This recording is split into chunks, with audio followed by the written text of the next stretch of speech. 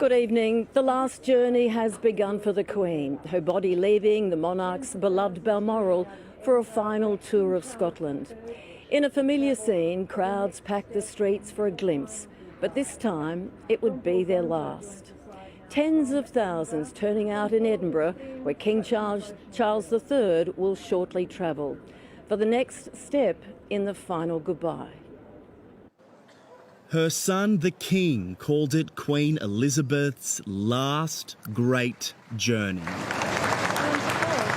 And while the procession will take many days, for Her Majesty's people, this first leg was an emotional and confronting moment. Their first glimpse of the Queen's coffin slowly passing them by. Quite speechless, actually. She was a lovely lady, great mother, grandmother, and she did well. Her casket in rare English oak was made just for her 30 years ago, draped in the royal standard of Scotland and topped with sweet pea flowers, the Queen's favourite, and other blooms picked from her Balmoral estate. Very touching. Very, very touching. We remember her as a beautiful young woman, as a great queen, always smiling, up to the very last moments of her life. A great example to us all to keep going. The cortege made its way down Edinburgh's Royal Mile and through the gates of Holyrood House, the official home of the monarchy in Scotland. Her children bowed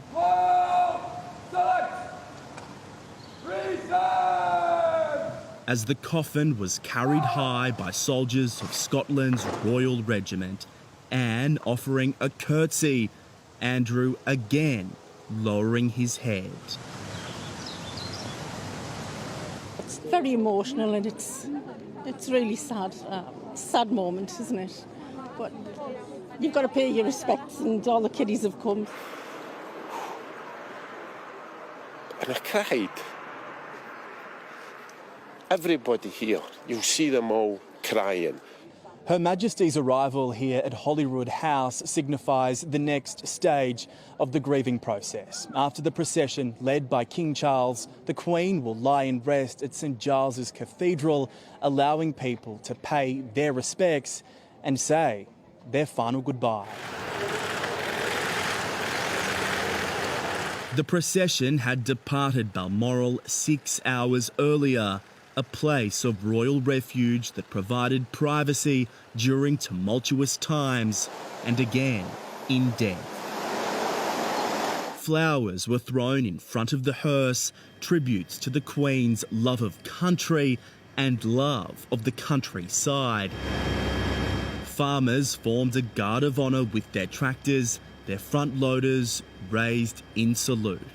Down the road, horses and their riders. Why did you come down here today? Because I loved the Queen. And I wanted to pay my respects and to let her know that I sent my love to the family. Yeah. What was it like seeing her in that coffin drive? Very emotional. Yeah. Very emotional. I wanted to thank her.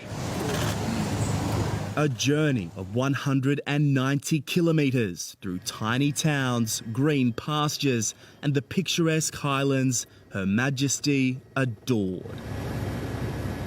And here, a journey over the Queen's Ferry crossing, which the monarch opened just 5 years ago. The three magnificent structures we see here, spanning 3 centuries, are all feats of modern engineering and a tribute to the talents, vision and remarkable skills of those who designed and built them. She's wanted to be beside her husband that she was married to for 73 years, and we feel that she's beside him because from he died, you could see she lost her heart. She just wasn't the same.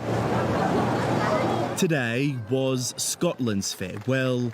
England's goodbye will come soon.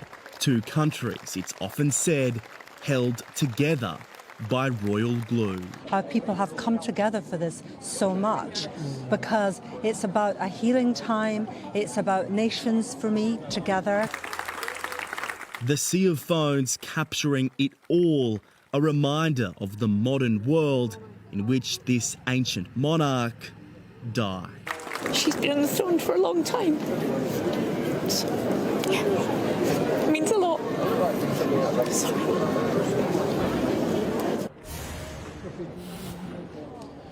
Well, it is another sad and solemn day here in Edinburgh as Scotland prepares to say its final goodbye to the Queen. King Charles will arrive later today. He will attend a service of prayer and reflection at St Giles Cathedral. He will then lead a procession from Holyrood House up the Royal Mile to convey the Queen's coffin to the cathedral. It is a very busy day for the King. He will also meet with Scotland's First Minister, Nicola Sturgeon, and receive a motion of condolence at Scotland's Parliament, accompanied by the Queen Consort Camilla. Despite all these ceremonial commitments, the royal family will have a chance for private reflection later this evening, with a vigil to be held here at the cathedral. And then the saddest of journeys continues. The Queen heads home to London tomorrow. Her coffin will be taken by the Royal Air Force to Buckingham Palace. Sandra? All right, John Paul, thank you.